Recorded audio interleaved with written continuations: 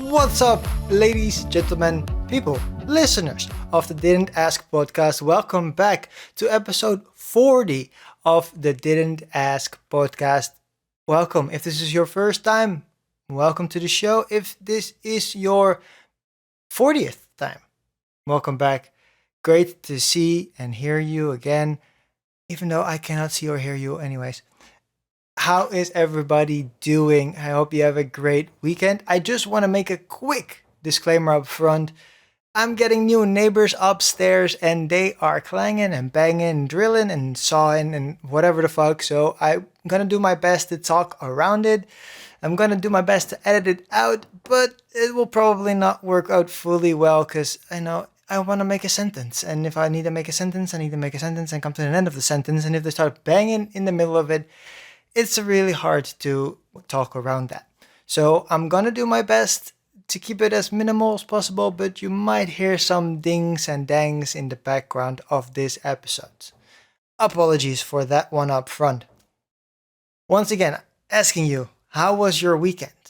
My weekend was very turbulent. We, of course, had UFC with Dustin Poirier taking on Charles Oliveira. Man, what crazy fight that was. Mostly with the background going in, we have of course had Dustin Poirier going basically 2 for 2 in his newest fights with Conor McGregor. Of course, he lost once in the past, so he kind of 2 for 1, I guess you can say. And looking very strong and being a fan favorite of many people. And Charles Oliveira, the current champ, was, liked by fans and people really like his journey that he went on, but still not a fan favorite. But he pulled it out, man. He pulled it out of the bag, got that win via a standing rear naked choke. And man, Dustin just didn't know what to do.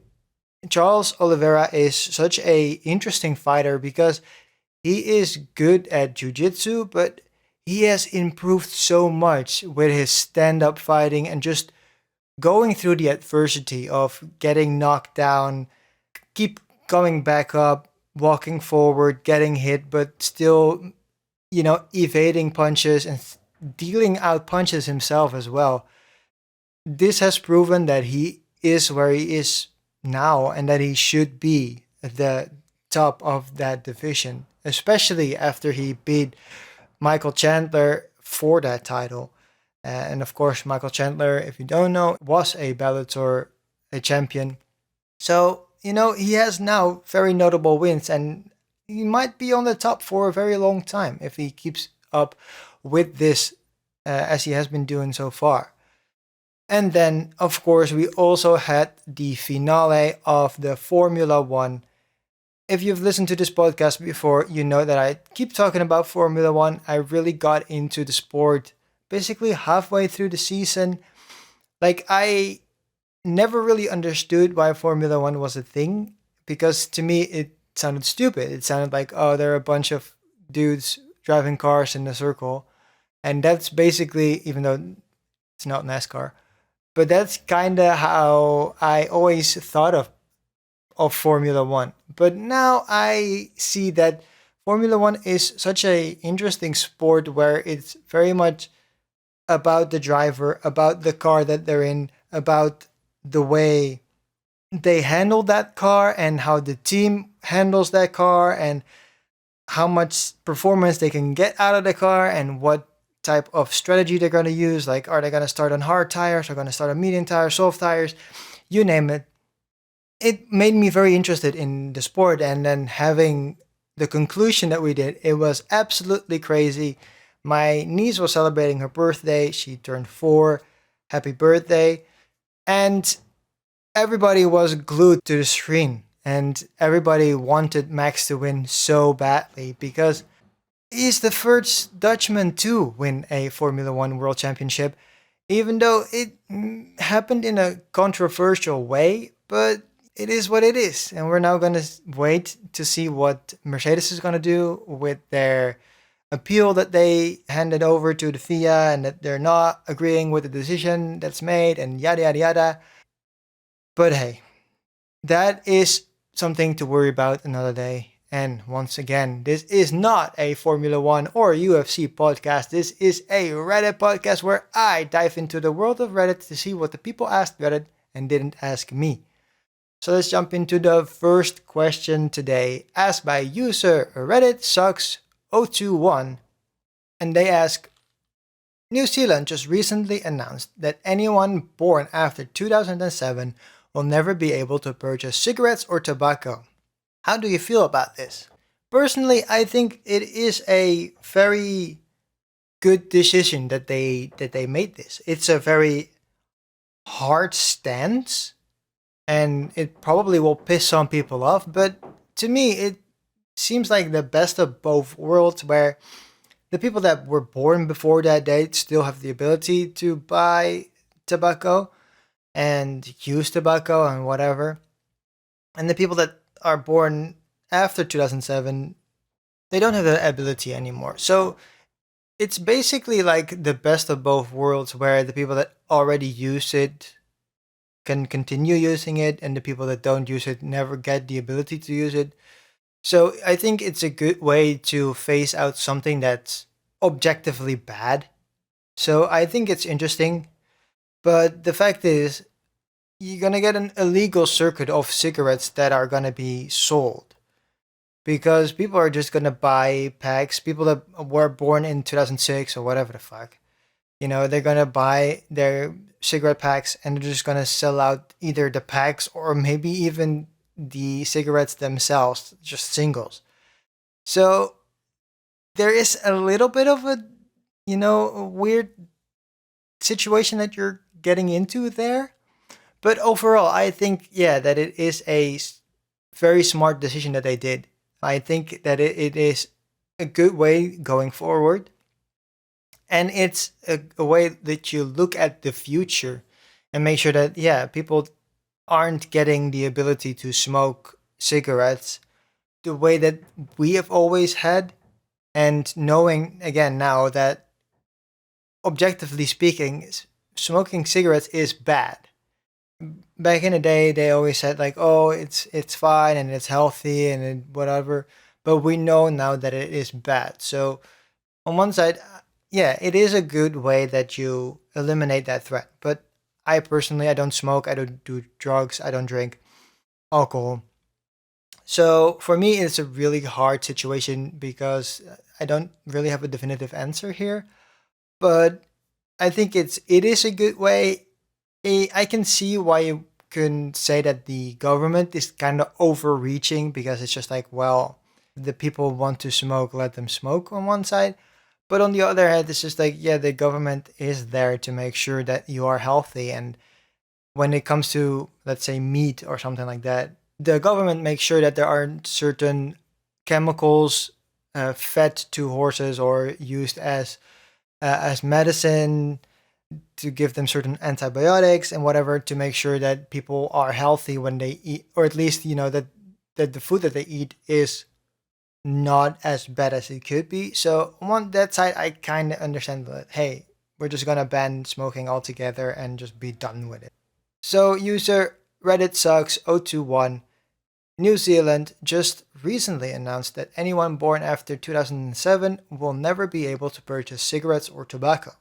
How do you feel about this? And I personally think that it is a good idea to do so because the people that already smoke right now still have the ability to, and then you're presumably are eliminating like a large portion of people that want to get into smoking or get addicted to smoking. So I think it's an overall a very good thing. Moving on to the second question of today, and this one coming from user Very Slump, and they ask, "What's a non-COVID reason that you like wearing a mask for?" Personally, I'm a big fan of wearing a mask. We now have the mask mandate back after it was gone for a little bit, but I have always worn a mask in the meantime as well because it's just a safety thing, of course, because again, not wearing a mask makes you more susceptible for, COVID. But for me, it's also just a way to be in my own little world a little bit more than I would usually get. I'm a big fan of listening to podcasts and singing and whatever the fuck. So every time I do something, I have earbuds in or headphones on to listen to a podcast or my favorite Taylor Swift songs and you name it. But with the mask, it makes my life a little easier because when I laugh at a joke on a podcast, I can just laugh and have a giant smile on my face because nobody really sees what the fuck is going on. Beforehand, I did the same thing. Like I was laughing and smiling at the podcast, but it sometimes felt kind of weird because I'm just laughing at myself and then people watch me and then it seems very weird. And I'm getting this at home as well. Like I listen to podcasts or YouTube videos or whatever while I'm cooking, and then my mom walks in and she goes like, "Oh, why are you laughing? Why are you smiling?" And even though I know it's my mom and she knows what I'm doing and what I'm watching and whatever, it's still there is some weird thing there, and then enlarging that to everybody in public makes it even worse. So yeah, I think that overall that was my biggest reason for me to just keep on wearing the mask because it just gives you, or me at least, it gives me a certain type of comfort.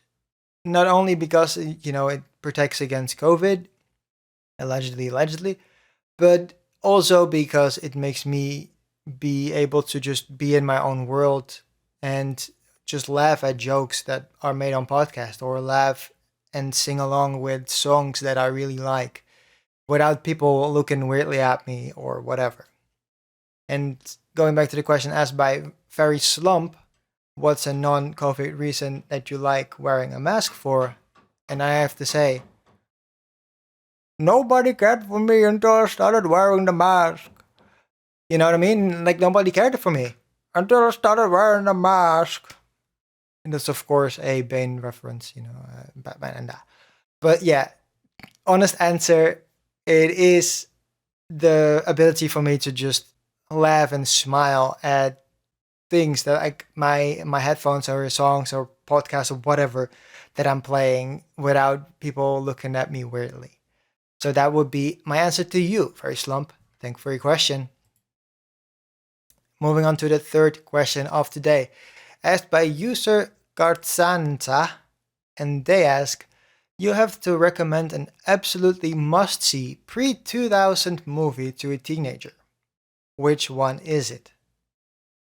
Personally, I will probably go with Ferris Bueller's Day Off. It's a movie that are a lot of references are made in modern movie making. Like there is a Ferris Bueller's Day Off reference in Spider-Man Homecoming, and it's very funny and it's really well done. And it's also like kind of sneakily done, but also not really sneakily done because there's legitimately a TV playing Ferris Bueller's Day Off in the background, so that makes it even funnier and even more meta. But yeah, to me, Ferris Bueller's Day Off is one of those movies that is so special. And even when you see it years and years later, because I had never seen Ferris Bueller's Day Off. And also, like, I am born in 1998. So pre 2000 is actually like basically before my time.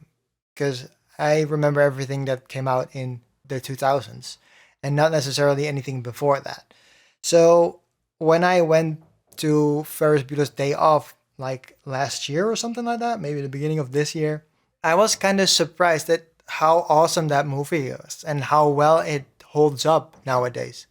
That's the thing that you really need to take into consideration is that as a society you grow and of course technology grows and everything evolves, and with that it makes certain movies a little harder to understand or harder to replicate or work out. And I'm thinking now about Scream, where in Scream it's all about these teenagers and they're getting called on the landline and whatever the fuck. And it makes the movie so scary, but nowadays everybody has a cell phone and stuff like that. So it is really hard to understand that for a teenager. But Ferris Bueller's Day Off is legitimately about a dude that skips out on school and has an adventure in the big city while also ducking his parents and his sister. And it's really such a fun movie. So, going back to the question asked by user Kart Sansa, and they ask, you have to recommend an absolutely must see pre 2000 movie to a teenager. Which one is it? And I would say Ferris Bueller's Day Off. Because one, it is a movie that holds up very well, even though it came out in 1989, I believe, something around that time. It holds up tremendously well. It's just a fun story about a guy skipping school to have an amazing day off, which fits with a teenager as well. Like, how many times have you not heard about fucking kids skipping out on school because they wanted to play the new Call of Duty or new FIFA or whatever? So I feel like that fits in that region as well. And third reason is because it's a movie that gets referenced in many modern cinema because people know how good it is and people really like it. So yeah, that would be my answer to you, Kurt Sansa. Thank you for your question. We're now getting to the fourth question of today, asked by user Cutie Beauty Pie. And they ask, which actor or actress was so good at playing a villain role that you almost hated them in real life? For me, this is very simple answer, but almost hated them in real life is we're really on the edge for this one for me. Because the person that I basically hate and I never really want to see movies of is Ezra Miller. For school, for my English class, we had to read the book We Need to Talk About Kevin. And after we read the book, we watched the movie because there was like a report and a test that we had to do and whatever, and we needed to see what the difference was between the movie and the book and what certain aspects were the same and whatever. But in the movie, Ezra Miller plays Kevin, and Kevin turns out to be like a psychopath, and he kills his classmates or schoolmates. And it's a very disturbing movie altogether, but it just made me despise Ezra Miller. And when he became the Flash, it was really hard for me to flip that switch, and I still really don't have. I didn't have flip that switch. It's still such a prominent thing in my mind that even now I still am very hesitant when I see Ezra Miller in movies. So I'm still not really that excited about the new Flash movie that's coming out, even though I really like the concept of what the Flash movie is about. The Flashpoint storyline is very interesting, and I'm very interested to see how they gonna weave in Batman, Michael Keaton's Batman. So in that way, I am excited for it. But then you have Ezra Miller in that movie, and if you have seen the trailers, you also know that there are two Ezra Miller characters in that, and it's just a bit much for me. So I might skip out on that movie and maybe watch it when it hits HBO Max or something like that. Because man, I am not looking forward to seeing Ezra Miller act in anything. So going back to the question asked by user Cutie Beauty Pie, which actor or actress was so good at playing a villain role that you almost hated them in real life? And for me, that would be Ezra Miller. His portrayal of Kevin in the movie We Need to Talk About Kevin was so disturbing that ever since that moment, I cannot look at Ezra Miller the same way, and he basically ruins every movie for me that he's in. So yeah, no Ezra Miller movie for me anytime soon. Thank you for your question, Cutie Beauty Pie. Moving on to the final question of the Ask Reddit subreddit for today, and this one coming from user sext underscore me, and they ask, what was the first thing you learned to cook?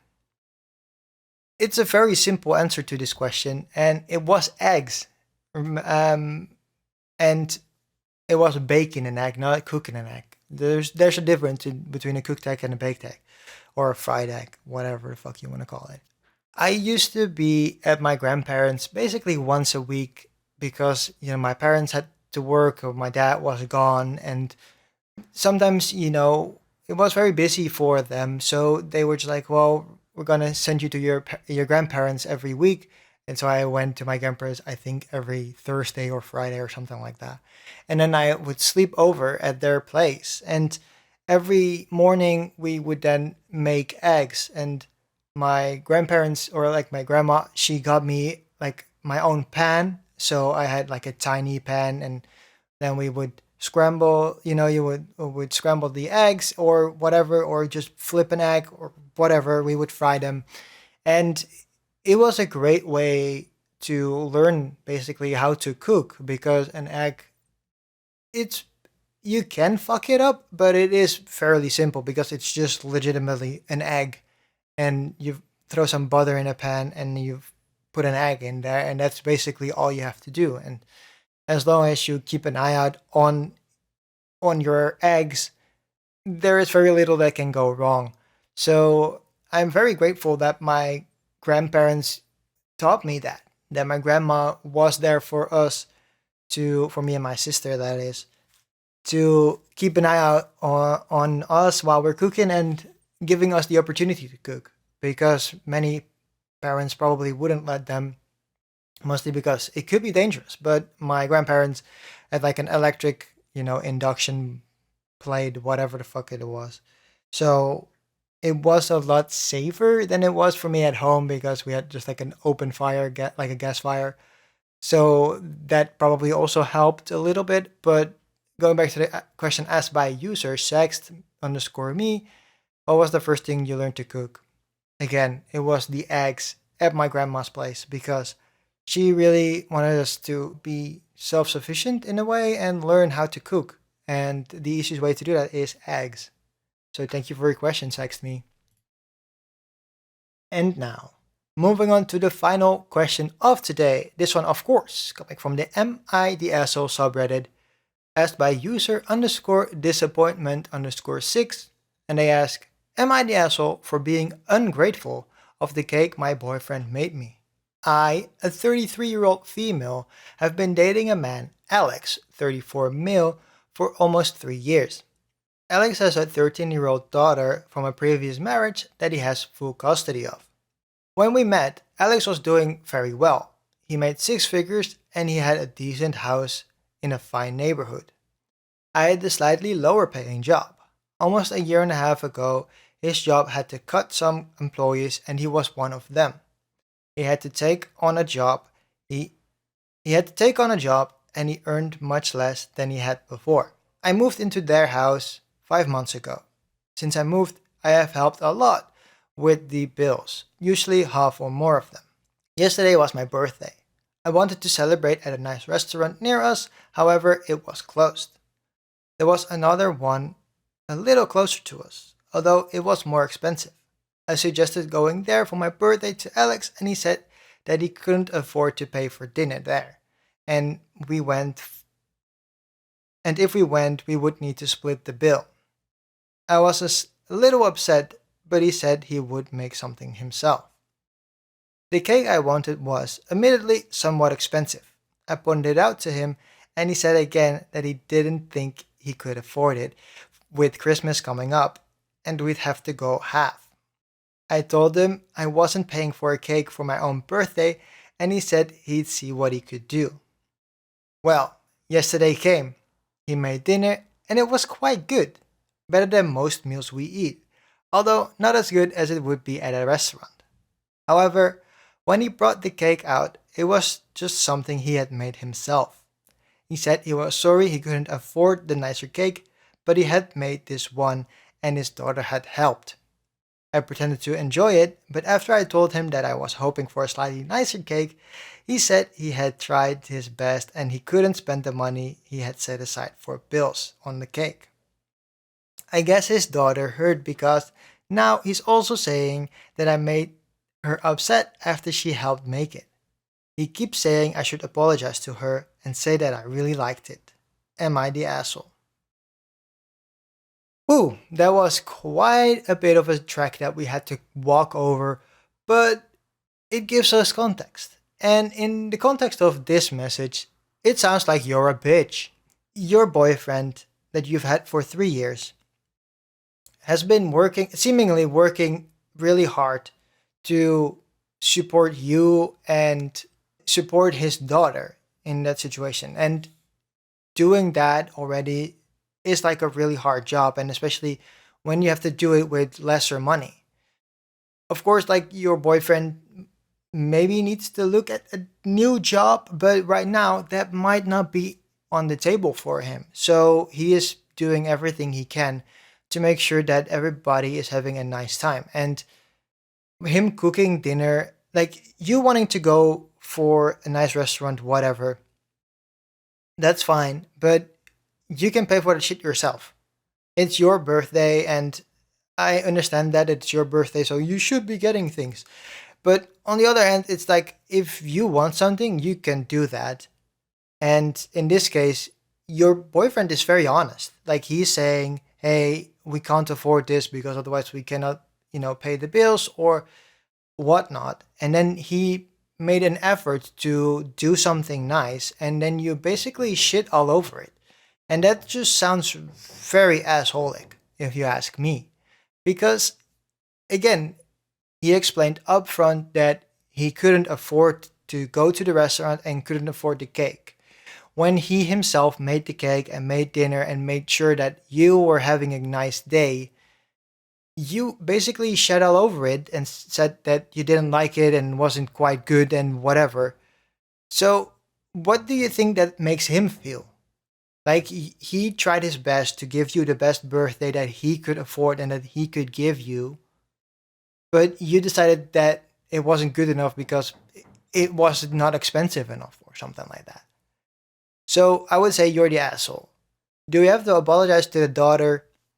Maybe not so much. Maybe you should come to a compromise. Maybe you don't have to apologize, but you should just explain that, hey, you tried your best, but I didn't quite like it. Maybe you got it next time, because the daughter is not 6 years old. She is 13, so she is pretty much a grown adult in the eyes of most people.